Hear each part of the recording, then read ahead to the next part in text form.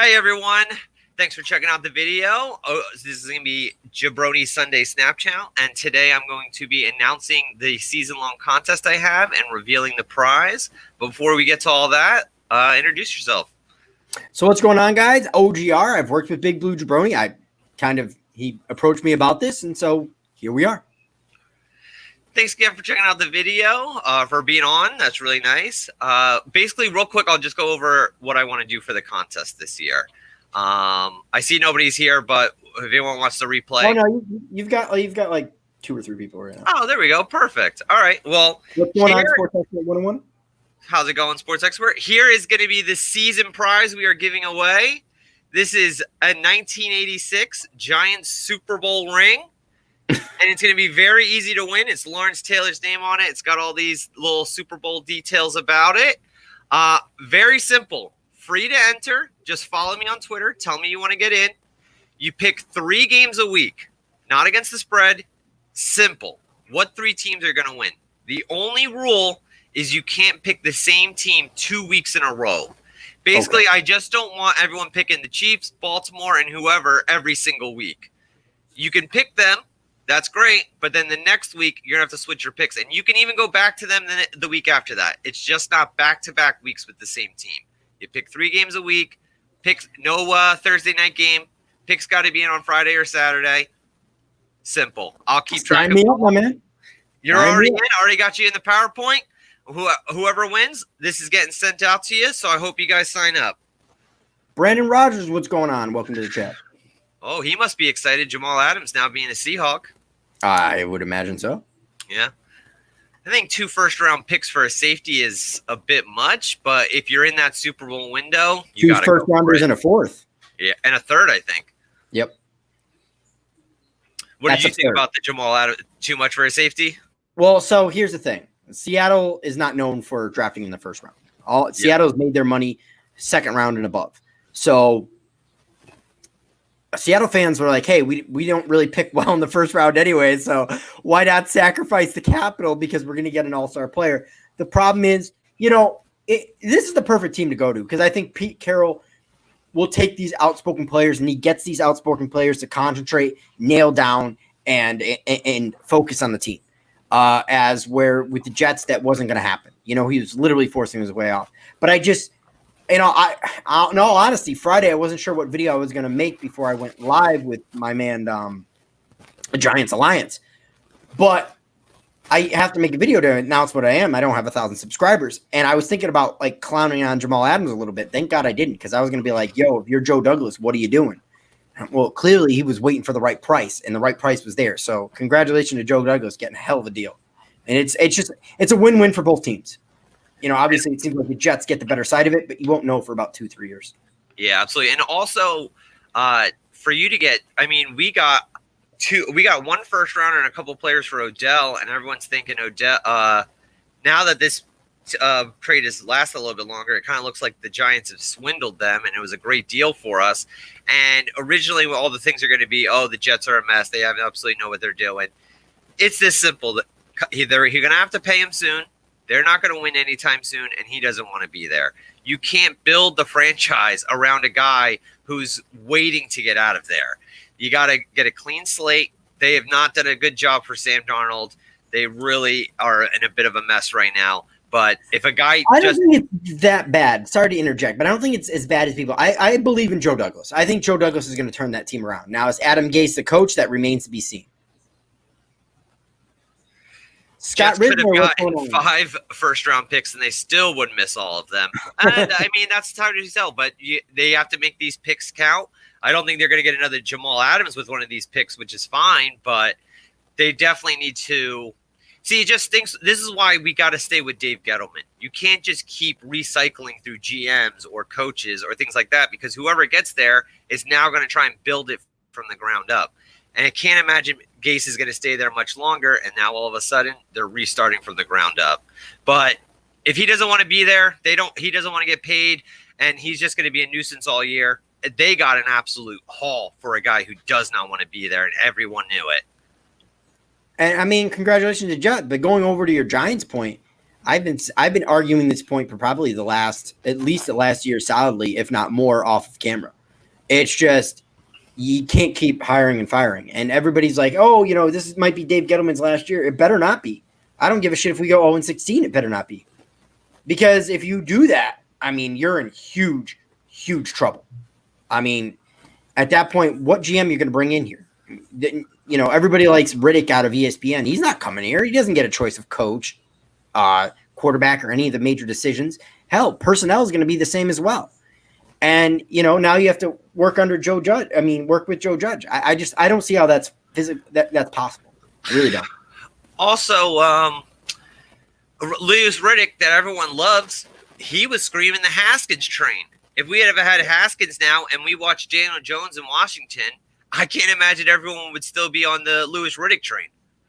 Oh, no. Imagine if he was. Oh, my God. But, yeah. Also, we could talk about Rojas for a little bit. He officially got cut from the team. Obviously, he had the situation with the driving incident. A couple details have come out. It doesn't look pretty. But they did keep DeAndre Baker, and we both agree that situation looks much more damaging and much more dangerous, at least. Any point of view on us keeping the kicker and keeping DeAndre? Well, I was listening to the Hub and license plate guy the other night, and license plate guy said he felt like Aldrich was going to get off pretty easily here, maybe with a couple knocking all this down to tickets. He play a couple tickets, and he can play in the NFL. Unless more stuff has come out, I don't get the Aldrich Rojas cut. Now, I've been on record saying, hey, cut Aldrich Rojas, cut DeAndre Baker. I have been on record. I'm not going to deny that. But to me, I don't know. I thought Rojas was the safer of the two options. Again, innocent to proven guilty with Baker, but it doesn't look very good for Baker. In the court of public opinion, Baker is all but done. But, obviously you have to go to the court of law, and that's what matters. But to me, Aldrich was the safer of the two. I unfortunately missed all of that because my internet went out, but I'm sure they were great points. Little so he's just getting knocked down to tickets. He should be able to just pay some money and be able to go on with his way. I mean, that's the way license plate guy. I'm not saying license plate guy is right, but you know what? He's in with the team. He knows what he's talking about. So I think this was going to be, oddly enough, this could be Joe Judge's first break, because when you're a special teams coach, you can't bring in offensive or defensive guys and have them be your guys. The only guys he can really bring in are special teams guys. Yeah, he brought in Nate Ebner, but I really don't think that guy's going to get much say in the locker room. I think if you bring in Janikowski or Steven, whatever, he can at least kind of attest for these guys, hey, I'm here because of Joe Judge. This is my guy. You should listen to him. He's Bill's right-hand man. The reason I'm here is because I believe this guy has a bright future in coaching in the NFL. I think that was part of it. I think he wants to bring in his guy, but I guess we're going to have to see. And then if he brings in any other kicker, I mean, clearly that theory is going to go. Yeah, I hear you. I hear you big time. How's it going, Jesse? Thanks again for checking out. Oh, now that I heard my ESPN go off, and they were saying, "Oh, trade grades for Jamal Adams."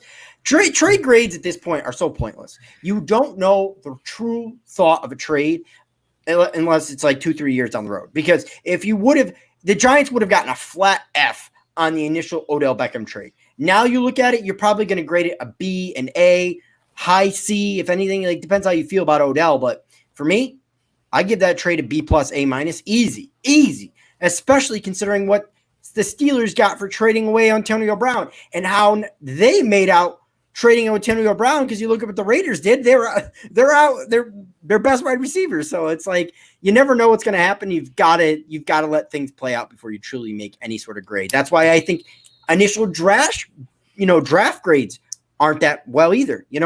I mean, just taking the Giants for example, if Andrew Thomas and Xavier McKinney both bust out, which obviously we don't want as Giants fans, we're going to grade that draft an F. Yeah, also another thing, who had 3 first-round picks this year? Oh, they must have done great then. What team didn't have a first-round pick? Oh, then they must have had a terrible draft. Yeah. It's so early on. It's so impossible to tell. I agree. I actually think the Colts, who had no first-round picks, had a fantastic draft by getting Michael Pittman Jr. and Jonathan Taylor. But let's say neither of them are who I think they are, then all of a sudden it's a terrible draft. I was high on Michael Pittman as well. I did a draft review on him. I thought he was great, but yeah, I knew he wasn't going to fall to us all the way, obviously, to 99, but I did not want to take a receiver with the second pick. I just thought we still had too many holes. Yes, and we still have too many holes. Yeah, but that's what you expect out of a 5-11 team. Or sorry, 4-12. Do you think, being that this offseason is obviously going to be so different and so strange, and with a first-year coach, that it could, even with another terrible season, still kind of help out Gettleman? Because everyone can kind of go, well, he had a first-year coach, new offense, new defense, no OTAs. We can't really blame the guy. No, I think Gettleman should get a pass. I hope that John Mara doesn't stick to what he said earlier in the season, like holding. I don't see how you could. I think the teams like the Eagles, like the Kansas City Chiefs, like the Ravens have an advantage because continuity is already there. Players know the system. We have to learn everything from the ground up. That's why I hate replacing a coach, even somebody as bad as Pat Shurmur, so early in a quarterback's career. That quarterback needs the continuity to really learn the system and get on his own 2 feet. Because this is going to be Daniel Jones' 3rd system in 3 years if you go back to college. That's ridiculous. And no quarterback should have to go through that. Jameis Winston went what 5 fifth systems in 5 years? His first 5 years? You cannot do that to a player. I am sorry. I love Jonathan Taylor, but I got to say, this would be a bit of a stretch. If this happens, good for Jonathan Taylor, and as Giants fans, we should be very disappointed. I think Jonathan Taylor's going to have a very solid career, but Saquon is just like once in a generational type of running back. Every guy who can catch the ball out of the backfield now, they're going to try and compare him to him or McCaffrey. If he was the next Saquon or better than Saquon, he sure as heck isn't the 3rd running back taken in the draft. Jonathan Taylor will not be better than Saquon. Jonathan Taylor, to me, is a pounded between the tackles guy and high volume guy. There's better pass catchers on that team. Hines comes to mind if he's still there. I believe he is. Merlin Mack. These guys catch the ball better. They're 3rd down backs. Jonathan Taylor, early of his career, is going to be a 1st or 2nd down guy. And honestly, who knows if he even gets any time. Merlin Mack is no slouch. I would take Merlin Mack any day of the week as my backup running back. Also, if you're Phillip Rivers, you have this great offensive line, you're going to want to sling the rock around. You're going to want a guy in the backfield who can catch some passes. And Jonathan Taylor did catch the ball somewhat at Wisconsin, but I've seen Mack do it in the NFL. And that's all these guys are, especially Hines too. Yeah, exactly. Also, anyone who's still joining in, quickly just going to go over this again. We are giving away this NFC or NFL 1986 Super Bowl ring.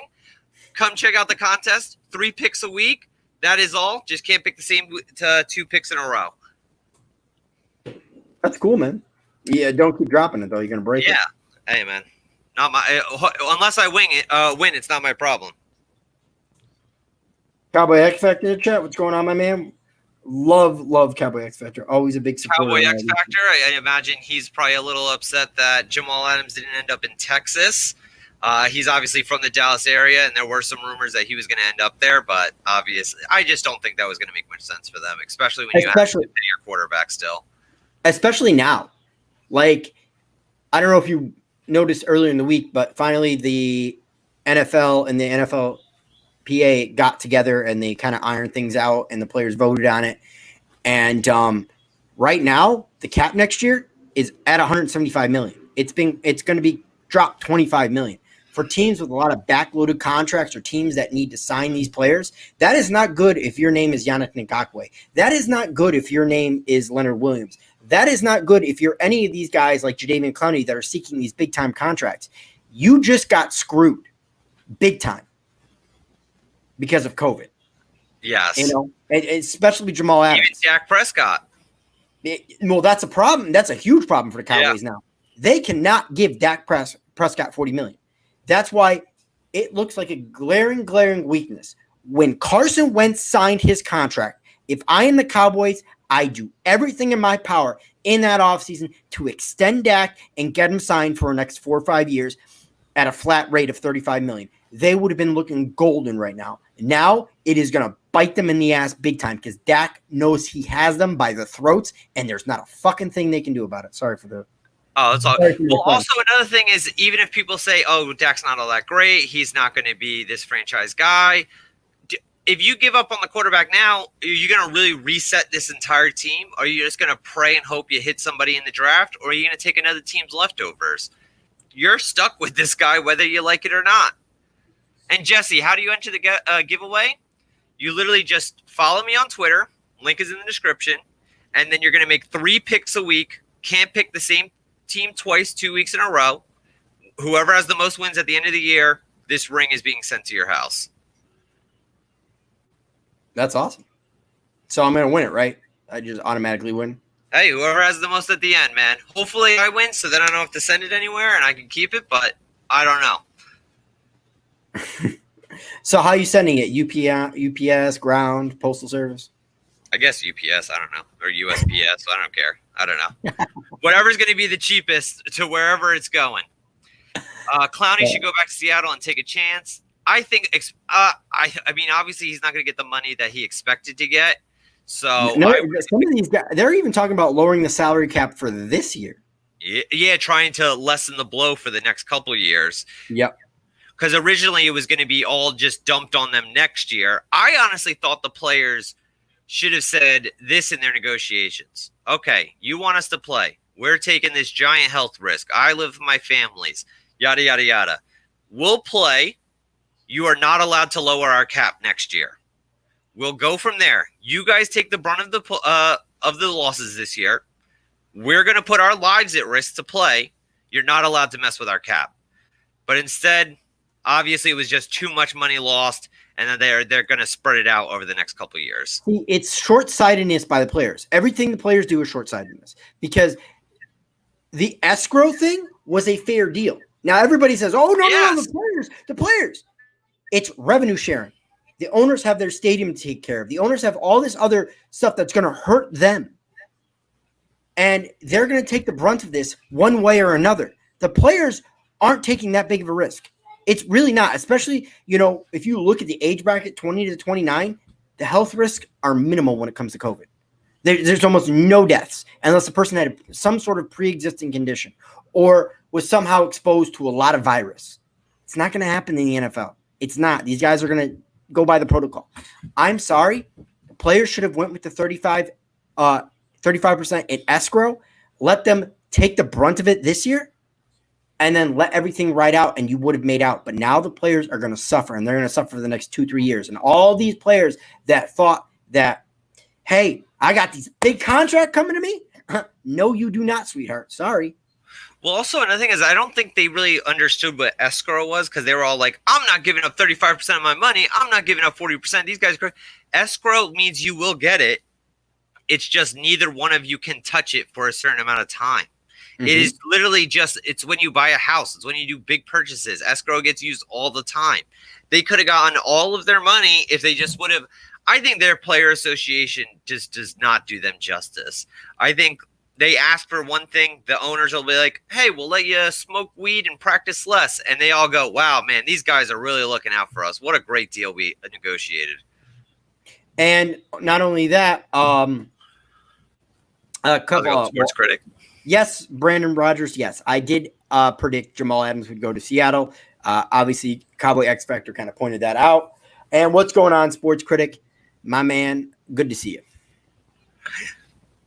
Also, Pete Carroll knows how to handle safeties that are having problems with their team. I mean, he had Earl Thomas there. He hated it there. He's flipping off coaches, talking about how he wants to go to Dallas. But yet, when he was in Seattle, he played really well and he played really hard.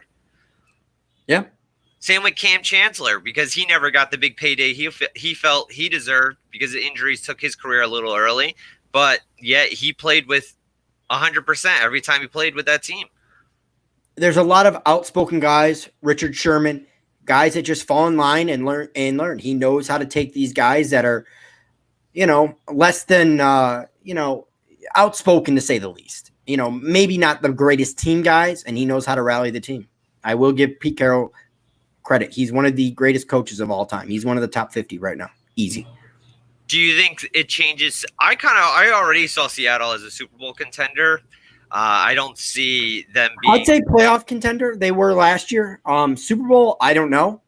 It's a question of offense because their defense is going to be production. It's always going to give you solid production. But to me, it's the offense.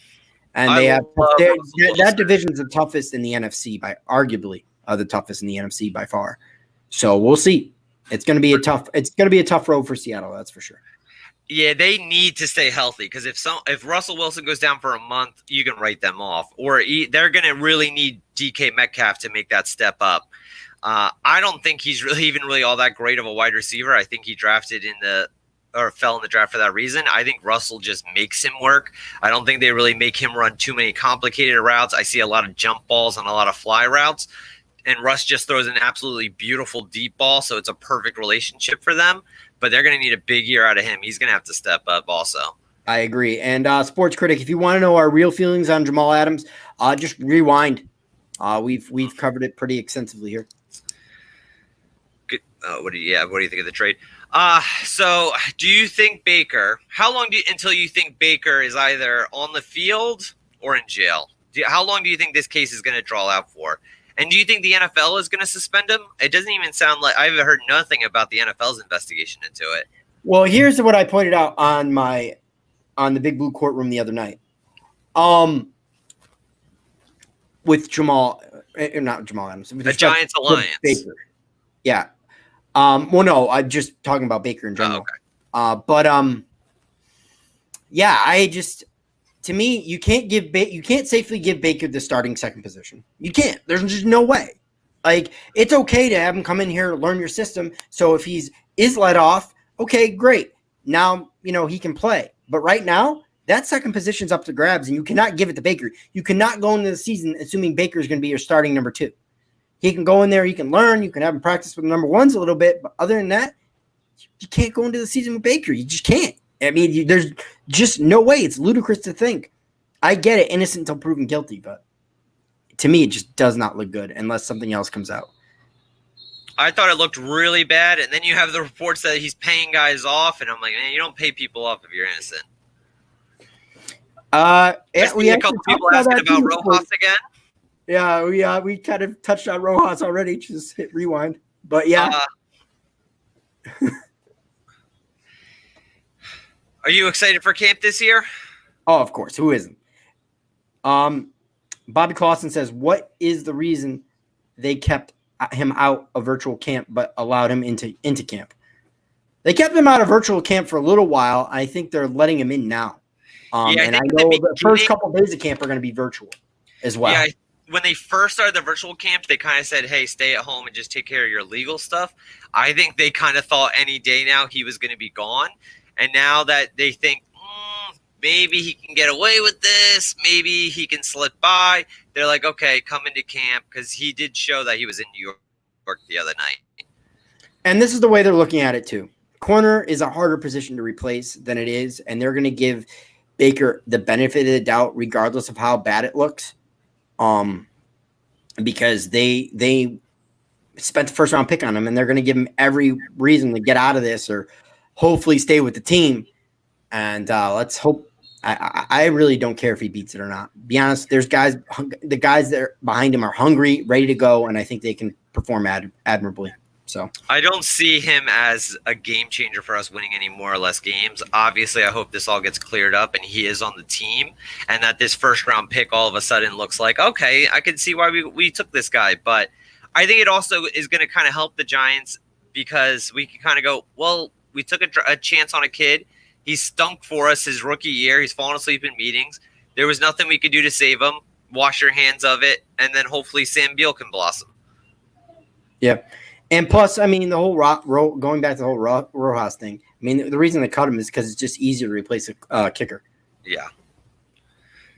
I think Ganikowski is going to be obviously the favorite for the job, but I only worry about that is he's a really good kicker. He's going to have his When choice. healthy. Yes. If he's going to have his choice of jobs, though, and he's going to basically be able to get invited to any camp that needs a kicker, if he can choose the Giants, say, I want to be with the Giants, I want to be with Joe Judge, I think that would be huge for the locker room for Joe Judge of like, these guys want to play for him. He knows what he's talking about. This is the beginning of our Patriot way, and I think that could go real big for him. Either way, they walk away smelling like roses. I guess that's the Rojas and Baker. Or the Giants. I don't know. I mean, at the end of the day, you've been watching a lot of baseball now? Yeah. Yeah, I'm watching a little bit of baseball. I'm a Red Sox fan I've been watching the Red Sox for a little bit. So last 2 days. I mean, I know Scott and Bob are huge baseball fans too. Yeah. A lot of people don't understand why I'm a Giants Red Sox fan, but I've explained that enough times. Yeah, absolutely. Stanton hit an absolute bomb last night. They play at 1, so I'm just excited for that. Usually at this point of the season, late July, I'm just like, okay, come on, let's get to the playoffs. So many games. Honestly, I mean, I don't know how well they're going to do, but honestly, if baseball should think about shortening their season.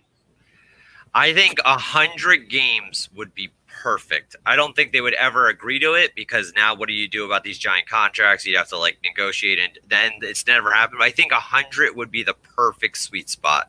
But that's way too many games to get rid of. They're not the revenue alone. They're just not going to do it. Well, yeah, the revenue. But I also alone think just Also, I just think like when it's 100 games, like everyone at any point of the season, you kind of can tell where you are. Where I feel like when you have so many games, you could just get like lost in it. And it's like, okay, 100 games in, okay, who's good, who's bad? If you're like a Cincinnati Reds fan or a Pirates fan, 100 games into the season, like, I don't know, you're thinking about football. Yeah, definitely. And I honestly can't wait for football either. I think the new playoff format is absolutely horrible, though. I thought that made no sense. Obviously, it's all about playoff season to me. It invalidates the season to me. If the Dodgers and Yankees get knocked out the first round because of a best of 3 to some below 500 team, it's like, okay, well, now let's see how well these playoff games do. Let's see what the TV numbers you're getting. Exactly. You want the popular teams. Like everybody would love to see a Red Sox Yankees series in the playoffs. Yeah, exactly. And now you're putting something like that in jeopardy. For the Texas Rangers. Yeah. The Texas Rangers and the Cleveland Indians. Like nobody cares in the Northeast. Exactly. Well, you got to have those star teams. Baseball is just so dependent on their bigger teams. Like even if, like, let's say Cincinnati were to surprise people, people will watch a Cincinnati Bengals playoff game. I'm not watching the Reds. I'm not watching, I don't know, there's a handful of teams. I don't know why I keep picking on the Reds, but like there's so many teams where I just like would not care. It'd be so hard to watch. Are you secretly a Mets fan? That's why? No, I'm a Yankees fan, but it's also that's one thing about being a Yankees fan. This is going to be like the most spoiled thing ever. You can almost pencil the postseason in every year. So like when you're going through the regular season, it feels like you're going through the motions. They only missed it that 1 year though.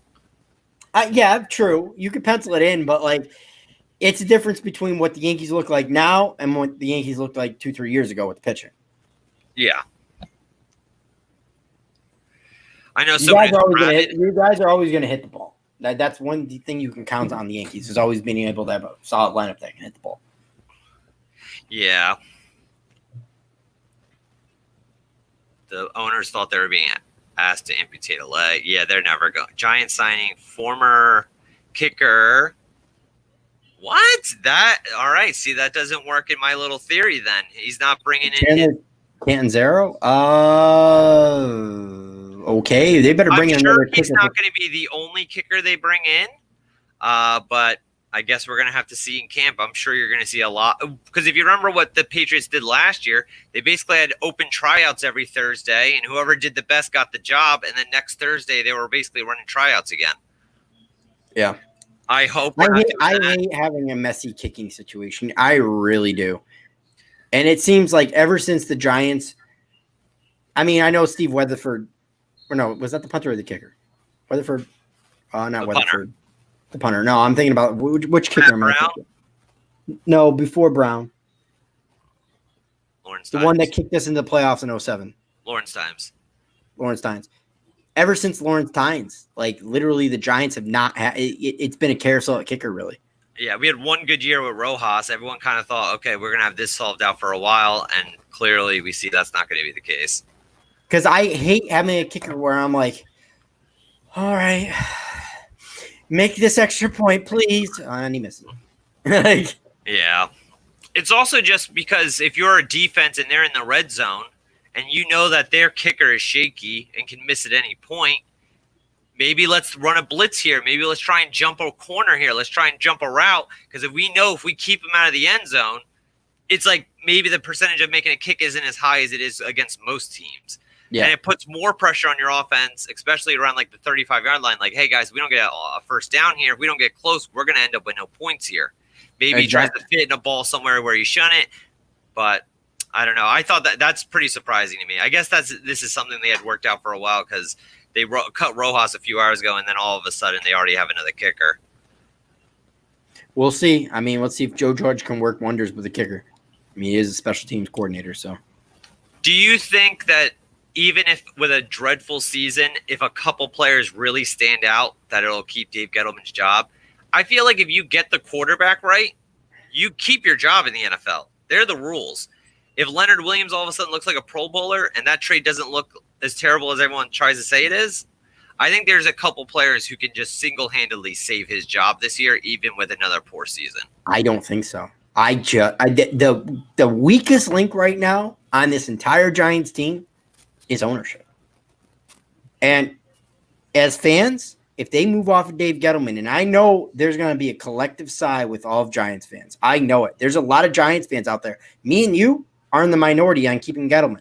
Every other Giants fan I talk to, get rid of his ass. Bah! Like, typical high-head New Yorker. And it's just like, you know what? Nah, man. I totally disagree. I am going to be furious. I'm going to come on here and I'm going to lash out at ownership, and I'm going to do everything to get any beat writer to put a spotlight on ownership, because everything that anybody ever wants to complain about this team can go directly back to ownership. And you know what's the crazy part is that Jerry Reese was so terrible for the second half of his GM run. And I don't ever remember people screaming at the top of their lungs to get rid of this guy or absolutely trying to burn him down with a pitchfork.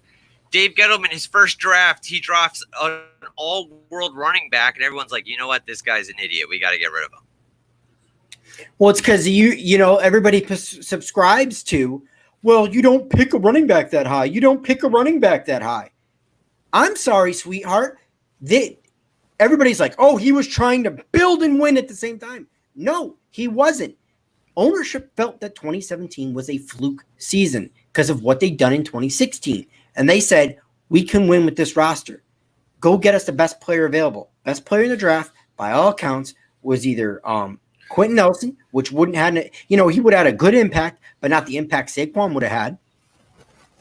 And that's why you go with Saquon. They were trying to win in 2018. People don't get that. It was abysmal. It was probably the wrong decision in hindsight. But hindsight's 2020. It's always 2020. You can't depend on that. Right then and there, they decided they wanted to win, and that's what they went with. I'm so much more excited for this coaching staff we have now this time around than our last two head coaches. I think one thing Joe Judge did show, or he did really well, was, hey, I'm not afraid to hear other people's opinions. I'm not going to do this here on my own. He has. I am a little worried that he has so many former head coaches, and we're a little worried about like too many cooks in the kitchen. But I just feel like he's showing a much confidence, and that he's like, okay, I'm going to have one. You really get one big shot at this, and if I'm going to do it, I'm going to try and do it right. Yeah. Yep, it's true. They signed him. All right. Well, I mean, I guess I imagine we're going to see many more kickers in camp. I do not believe that he will be. I'll be very disappointed in the Giants if we just bring in one kicker. Yes, especially with a special teams coach. Yeah. You definitely This got to guy hold should it. know the best kickers around. He should understand. I'm sure he does. I'm sure he saw something in this guy that the Jets couldn't really get out of him.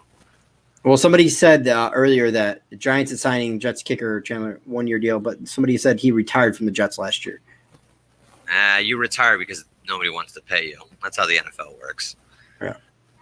Unless you're like a real star stud, it's usually your time is up because other teams are interested in you, not because you're interested. That's why I want him to sign another kicker. Yeah, I haven't even seen this kid, and I'm already ready to bring in a couple kickers. Anything happen in the soccer game? No, my son's talking to me. Oh, okay, never mind. How old is your son? 5. Okay. So once again, guys, while he's doing that, we're good. On Twitter, follow me. It's the link in the description. We're gonna send this out to you, 3 picks a week, and you get Lawrence Taylor's 1986 Super Bowl ring. How much you spend on that?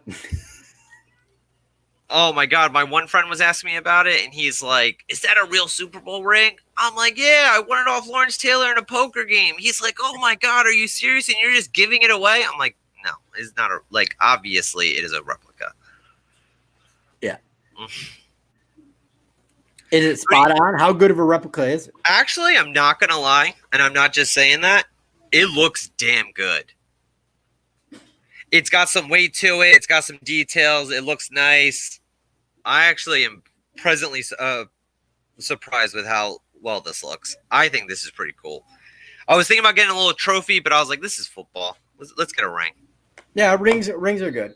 I've actually wanted to get a title belt for my fantasy league, but the guys don't want to chip in for it. And I love it. I mean, I love it. Anytime somebody's got a belt on, that looks cool. I'm sorry.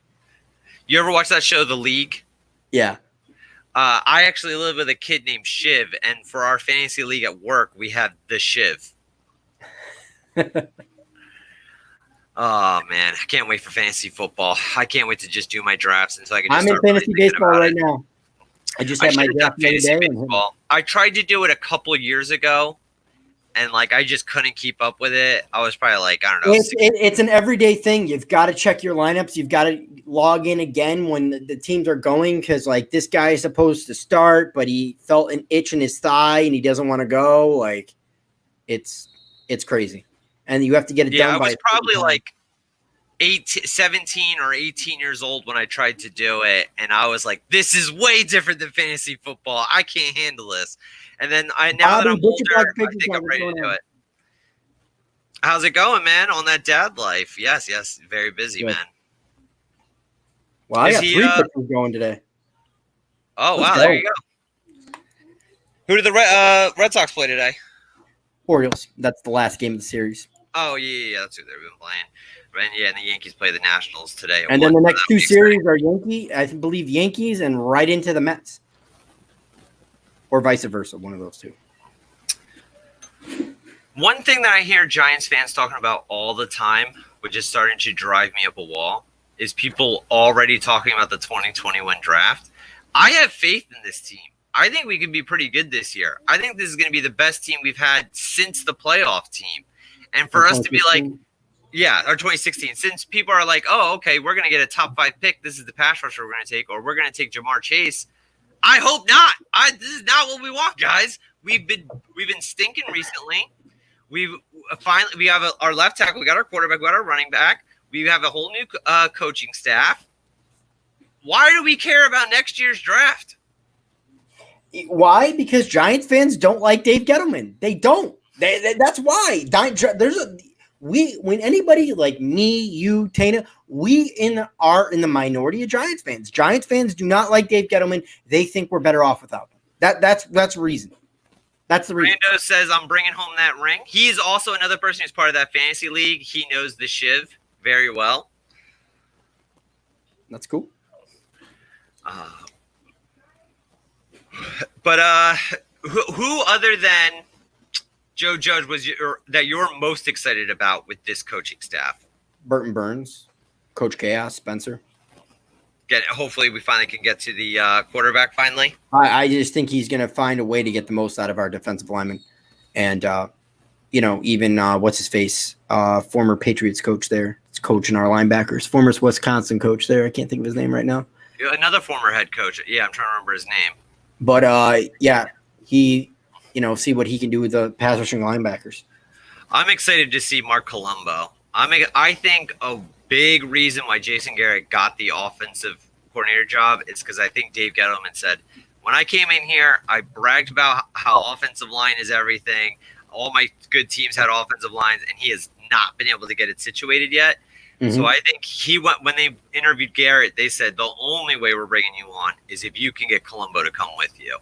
Obviously, McCarthy's going to bring in his own guys. It only makes sense for him to kind of go with them. But I think he was talked about a lot during that interview with Jason Garrett.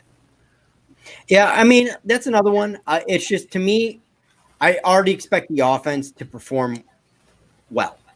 I expect it to be sloppy in the beginning of the season without preseason games and guys trying to get back into game action. And I expect COVID cases. I expect injuries. But for the most part, I expect the offensive line to kind of gel together and be a little bit sloppy for the first 5 or 6 weeks. Hopefully you can pull a couple games out there. But after that, it's all on the defense for me, really, and defense getting it down. How do you feel about Xavier McKinney? I think he's good. I think he's definitely getting – I just don't think we have any true free safety. I think we have two players that are very similar in Jabril Peppers and Xavier McKinney. Both can play the strong safety position.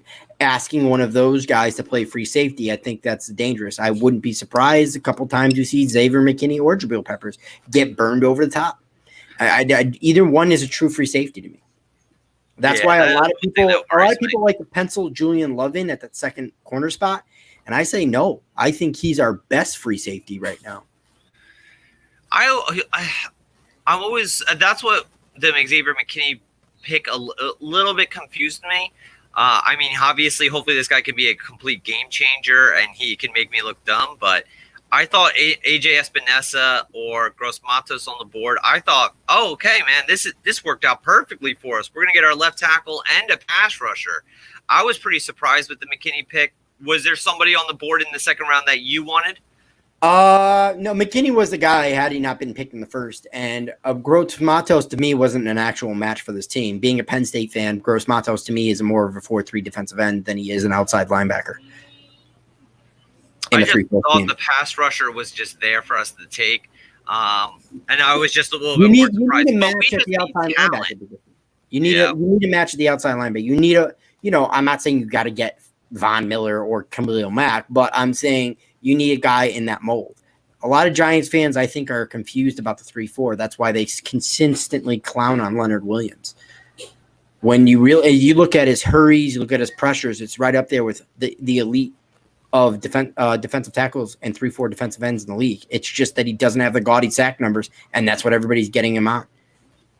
And then somebody like Online Big Blue will sit there and say, "Oh, look, he only improved our run game by 0.3 yards." Like, okay, we know everybody's expect us to be against a strong run stopping team.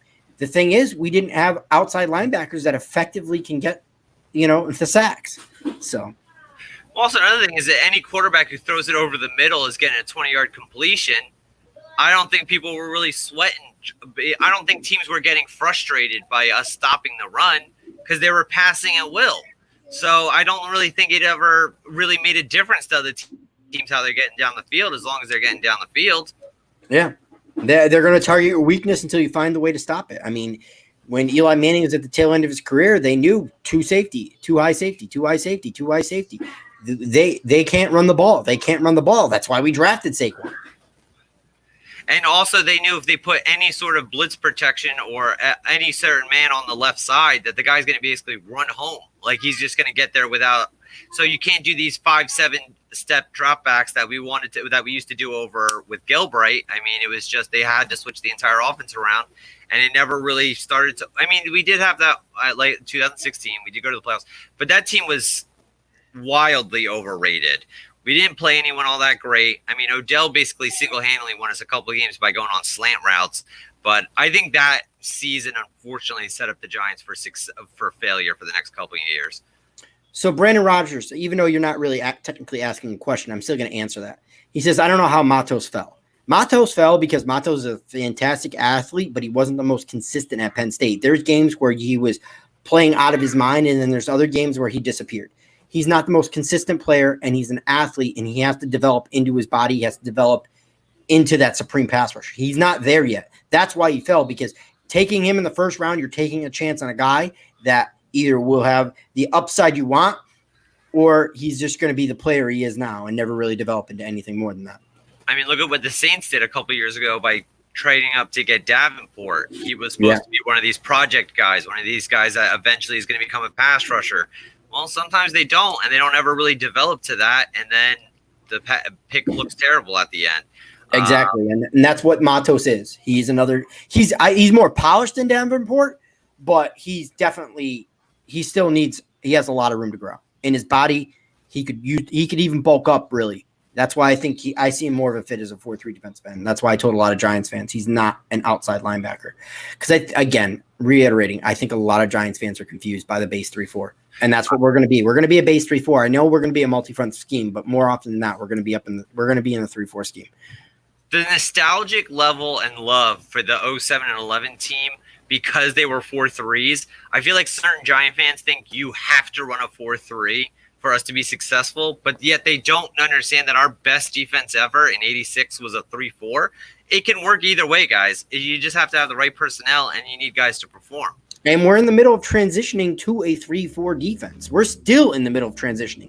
We've not locked down the 3-4 outside linebackers. You want to see the Giants defense, you perform well, get a right outside linebacker like a Khalil Mack, like a Von Miller, and then, yes, this defense would instantly hit the ground running because they have the beasts inside. Because the whole point of a 3-4 defense, your nose tackle, your 2-3-4 defensive ends, they're there to occupy space. Your linebackers need to make plays. And the problem is our linebackers did not make plays. Everything was on those interior defensive linemen to get the pressure and complete the play. And that is not how the 3-4 scheme is run. You need linebackers to fly to that football. Yeah, absolutely. It's not clogging up the middle. That's not their lane. That's not their job. Their job is to fly on the outside. And it depends. Whatever your scheme is, or whatever personnel you have, people are going to have different jobs. People are going to watch the Bears, look at Khalil Mack, and go, "Well, why isn't Lorenzo Carter doing that?" A, he's not nearly that talented or that good, but they put him in different positions because they know he's that talented and good, and they try and give every opportunity for him to succeed. Yeah, and let's face it. Your left outside linebacker in a 3-4 scheme is not always your pass rusher. Like, yes, you'll put your pass rusher out there, but the best pass rusher in a 3-4 scheme, unless your name is Von Miller or Khalil Mack, because they do sometimes line up on the left-hand side, your right outside linebacker, your Lawrence Taylor, if you will, is the guy that predominantly pass rushes in a 3-4 scheme in a passing down. You always want to go from the blind side because obviously as Giants fans, we could see that quarterbacks could have some big problems with that, and you can end up with turnovers. Do you think Daniel Jones is going to cut down on the fumbles? I think it would be tough for him not to. Says a lot. Yeah, I just think when you fumbled the ball as many times as he did last year, it would be almost tough to try and recreate that. I think he's a smart kid, hard worker. Winning brings about a lot. I just want to make this quick point before you have yours. Winning brings about a lot because you notice how nobody talked about Carson Wentz fumbling? Yeah. He fumbled 16 times last year. He was second behind Daniel Jones. But nobody talks about it. They won their division. You start winning, even if you do fumble the football, nobody talks about it. So the Giants just need to win. Winning is the cure-all for this team, plain and simple. I know this isn't a fair criticism of him, but this is my thing on Carson Wentz. He physically took himself out of a playoff game. He got rocked. He got hurt. He did the smart thing. He did probably the right thing. But I want to see a guy go out on his shield. I'd rather see him get scraped off the field like a pancake instead of on the first play for him to tap his helmet and take himself out of the game. There's no – and I'm not a football player. I ain't tough. I ain't shit. I understand that. But I want to see my guy go out on his shield. No one is going to convince me that Eli Manning hasn't seen Tweety Birds on that field before. That even Daniel Jones took some licks last year where he might have had to scramble his head around a little bit. First play, he goes down, taps his head out and says, guys, yeah, I'm sorry that we made it to the playoffs now, but good luck with the backup. It worked for us last time. And not only that, Daniel Jones, you already saw that from Daniel Jones. You saw the toughness. In that Green Bay game, everybody was like, oh, the Green Bay game was one of Daniel Jones' worst performance in the ice and the snow. He was slinging the ball early in that Green Bay game, and then he went down with that ankle injury. That's what kept him out. That's why Eli Manning got those starts, because Eli Manning wouldn't have gotten those starts had Daniel Jones not had that ankle injury, and the Giants played it safe with Daniel Jones. But if they asked Daniel Jones to trot out next week, Daniel Jones would have been out there. But they didn't want to take a chance on a rookie quarterback messing up his ankle further. That's why they kept him out as long as they did. Especially that we were already out of it by a long shot. But Daniel Jones finished that game. Yeah. And people do not give Daniel Jones credit. That's why when somebody like Louis T goes on Bad Dog's channel and downs Jones, he was hurt. He was hurt, and those balls were being thrown up there, and that's why the interceptions were. He couldn't push off that back ankle to get more mustard on those throws that you need in the ice and snow. It does worry me a little bit because whenever we did play in some inclement weather, it's not like he had his best games. But with a bad offensive line, your running back hurt all year, no dominant number one receiver, and a terrible defense, he had a lot going against him, and he still had a very impressive season. I don't understand how any Giants fan, or well, really Giants fans, I feel like are on the Danny Dimes train, but I don't feel like any of the other fan bases or around the league have really bought into it yet, or they still think that, oh my God, how did you take this guy in the first round? This is insane. And it's coming. It's coming soon. Eventually, if you haven't eaten crow yet on this kid, you're going to have to. And this brings me to another point. I want to piggyback off that as well. Daniel Jones didn't get rid of the ball the quickest. Put a lot of pressure on Nate Solder to sit there and block longer. Now, I'm not giving Nate Solder, I'm not giving the total blame to Nate Solder. I mean, he is a large portion to blame, but also it's Daniel Jones getting rid of the ball, having the pocket awareness, being able to slide and move when you need to, step up when you need to. Even if the guy gets beat out through the outside, he's got to learn some of these things. And I'm not giving Nate Solder a pass, but what I will say is don't expect Andrew. I know a lot of Giants fans want Andrew Thomas to start right off the hop at left tackle. There's no reason not to. Yeah, there is. He's never played in the NFL before, and he has almost less than a month here to get ready for the season. They have not moved up these games. Your starting game is your starting game right now.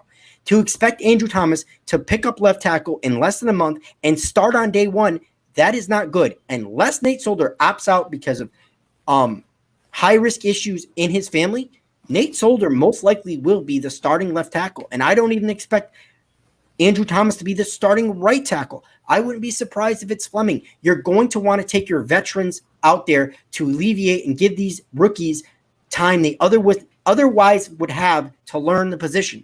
Because I know Giants fans would love to sit there and say Andrew Thomas at left tackle, Will Hernandez at left guard, Lemieux at center, right guard Zeitler, and right tackle Matt Pert. That's what the Giants fans want, and it's not realistic.